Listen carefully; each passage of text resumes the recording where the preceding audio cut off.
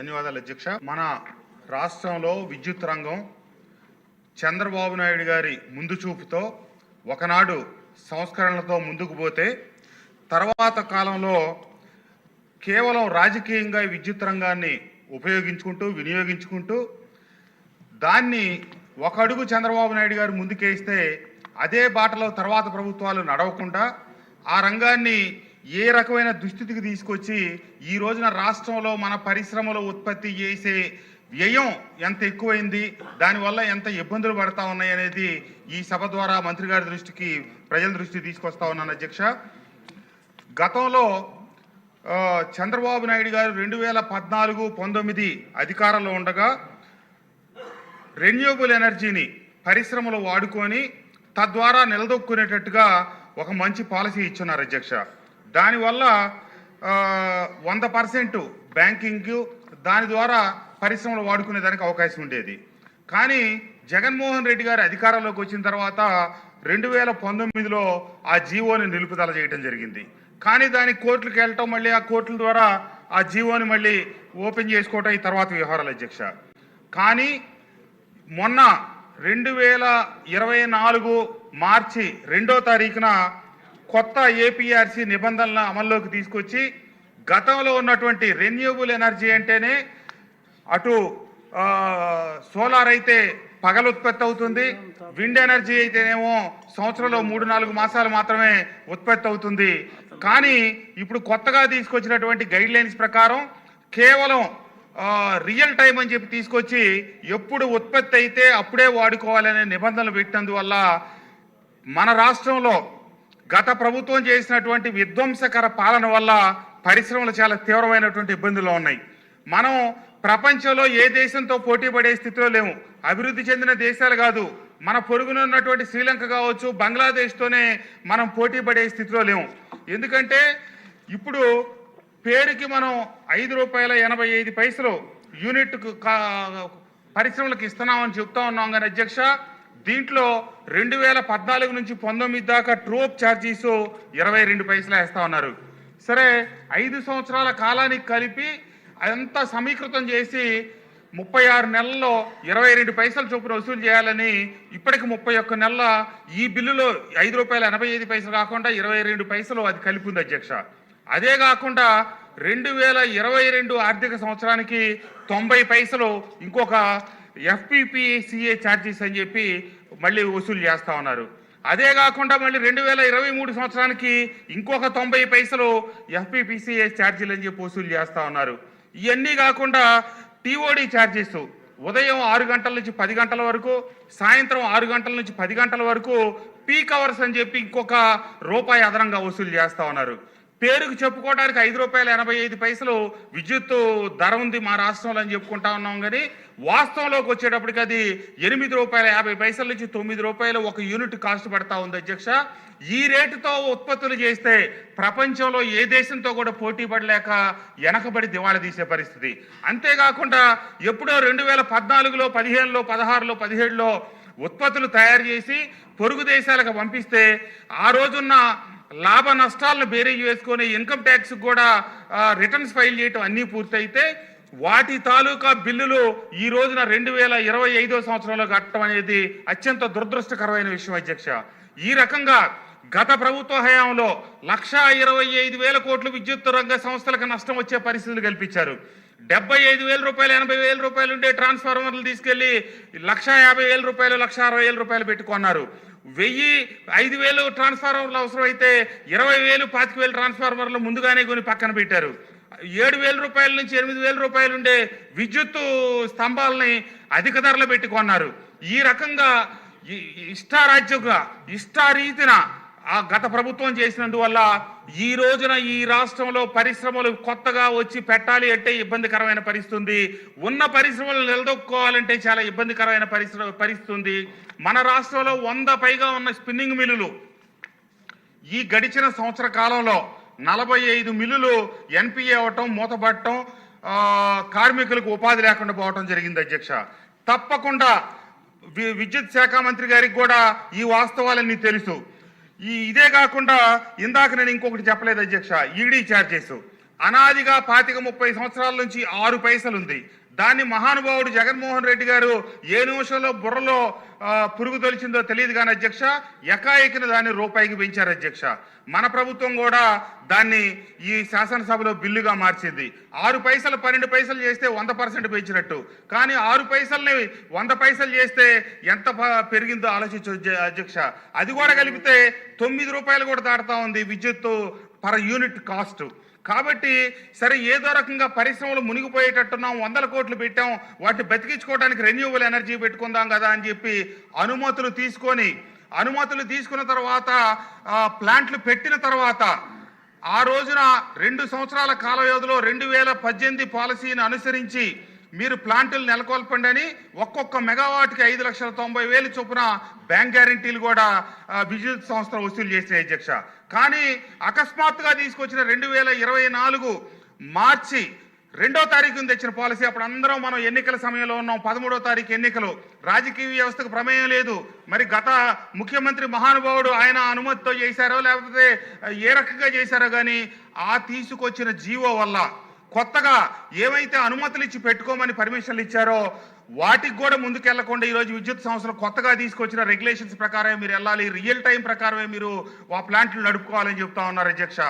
ఇందాక పుల్లారావు గారు చెప్పినట్టు నేను కూడా 20 మెగావాట్లు పెట్టాను. 70 ఎకరాల పొలం వినుకొండ దగ్గర కొని 70 కోట్ల రూపాయలు బ్యాంకు లోన్ తీసుకొని నేను 20 మెగావాట్లు పెడితే దాన్ని ఈ రోజున రియల్ టైం కింద పెడతా ఉన్నారు. అదే రియల్ టైం కింద కనుక మార్చి వెళ్లాల్సిన పరిస్థితి వస్తే నేను బ్యాంకు పేమెంట్లు కాదు కదా దాన్ని ఏమీ చెల్లించలేని పరిస్థితి అనమాట.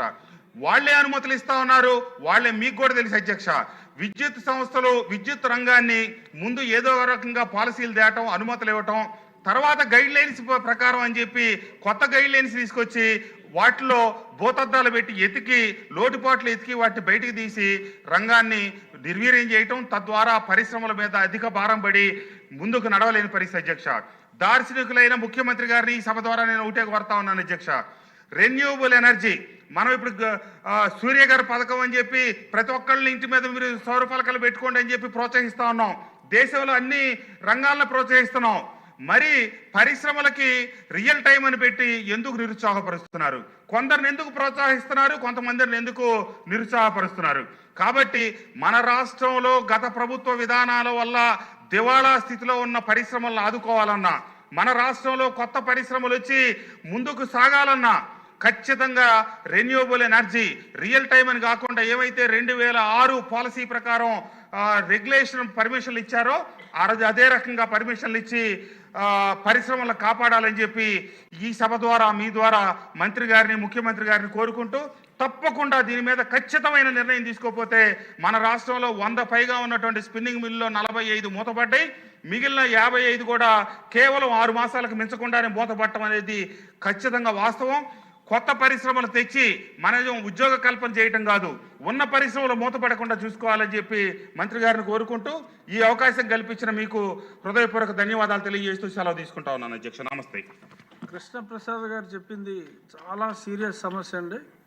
ఆయన ఒక ప్రజానాయకుడిగానే కాకుండా పారిశ్రామికవేత్తగా ఎందరో సమస్యల్ని చాలా చక్కగా ఆవిష్కరించారు. ఇది మీరు ప్రత్యేక దృష్టి పెట్టి మరి ఆ క్యాప్టివ్ ప్లాంట్ పెట్టుకున్న వాళ్ళకి ఇబ్బంది లేకుండా, ఒకటి కొత్తగా క్యాప్టివ్ ప్లాంట్లు వీరికి కూడా ఎలాగ ప్రోత్సాహకాలు ఇస్తే ప్రభుత్వం మీద వాళ్ళ డిపెండెన్స్ తగ్గేలాగా చూసుకోగలిగితే దీనికి మంచి పరిష్కారం.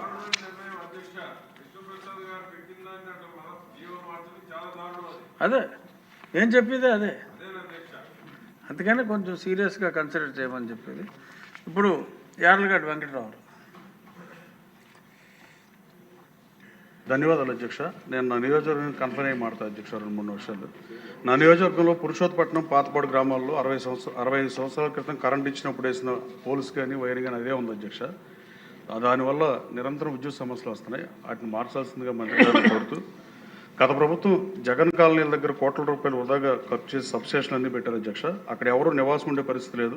ఇట్లాంటి చోట్ల అల్యూమినియం ఎలక్ట్రిక్ వైరింగ్ కూడా థెఫ్ట్కి గురవుతుంది అధ్యక్ష. కొండపౌలూరు, సూరంపల్లి 2 గ్రామాల నియోజకవర్గంలో జగన్ కాలనీలో ఎలక్ట్రికల్ వైరింగ్ నిరుపయోగంగా ఉంది అధ్యక్ష. అది కూడా థెఫ్ట్ అయ్యే పరిస్థితి ఉంది అధ్యక్ష. దాన్ని ఎక్కడన్నా వేరే చోట వాడితే బెటర్ అధ్యక్ష.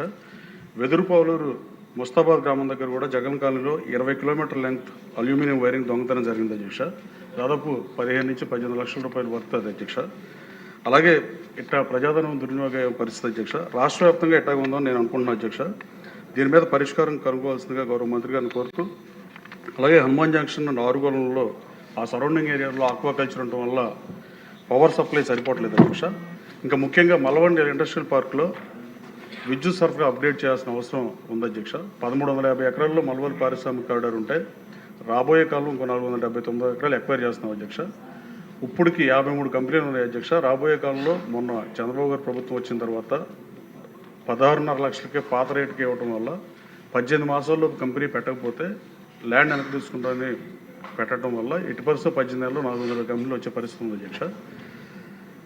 మల్లవల్లి ఇండస్ట్రియల్ ఎస్టేట్లో ప్రస్తుతం 33 kV సబ్స్టేషన్ మాత్రమే ఉంది అధ్యక్ష. అది కూడా 15 కిలోమీటర్ల దూరంలో పవర్ లైన్ ద్వారా విద్యుత్తును అందుకుంటుంది అధ్యక్ష. అది అలాగే ఈ సెటప్ వల్ల తరచుగా పవర్ అంతరాయాలు రావడం, పరిశ్రమలు చాలా ఇబ్బంది పడే పరిస్థితి అధ్యక్ష ఉన్న కంపెనీలు.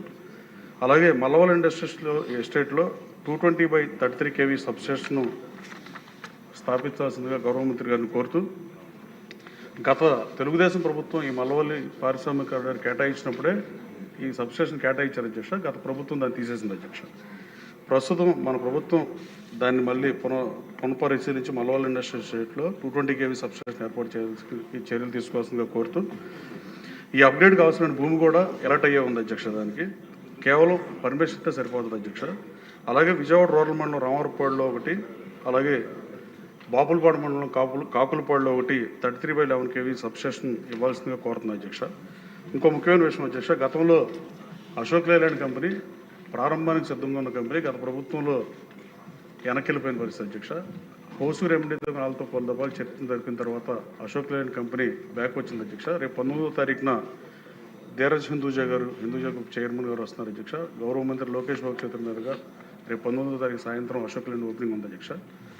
అలాగే పొచ్చలపల్లి సుబ్బరాయ గారు మాజీ శాసనసభ్యులు, మహానుభావులు, మా కాన్స్టిట్యున్సీ ఫస్ట్ శాసనసభ్యుడు, ఆయన అనేవారంట అధ్యక్ష, ఆశతో ఉన్నవాడికి అధికార వ్యవస్థ దోచుకుంటాడు, ఆశయంతో ఉన్నవాడికి ఇస్తే అభివృద్ధి చేస్తాడని.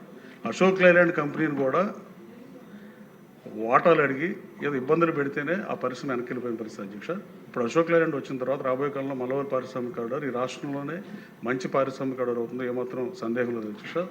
దానికి రైల్ కనెక్టివిటీ కానీ విజయవాడ రైల్వే స్టేషన్ కానీ, గన్నవరం ఎయిర్పోర్ట్ కానీ, బందర్లో పోర్ట్ రాబోతుంది. దానివల్ల రాబోయే కాలంలో మల్లవల్లి పారిశ్రామిక కారిడార్ 300 కంపెనీలు, దాదాపు సుప్రీం సొల్యూషన్స్ అనే ఒక కంపెనీ అయిన అశోక్ త్రిపాఠి గారు నేను 300 కోట్లు ఇన్వెస్ట్ చేస్తానంటే మనం భూమి ఇవ్వలేని పరిస్థితి అధ్యక్ష. రాబోయే కాలంలో ఎస్ఎల్ ల్యాండ్ కూడా తీసుకుని వాళ్ళకి కేటాయిస్తే రాబోయే కాలంలో ఒక 600 పరిశ్రమలు వచ్చే అవకాశం ఉంది అధ్యక్ష. ఆ సబ్స్టేషన్ ఏర్పాటు చేయవలసిందిగా మంత్రి గారిని కోరుతున్నాను అధ్యక్ష. ధన్యవాదాలు అధ్యక్ష. శ్రీరామ్ రాజగోపాల్ గారు.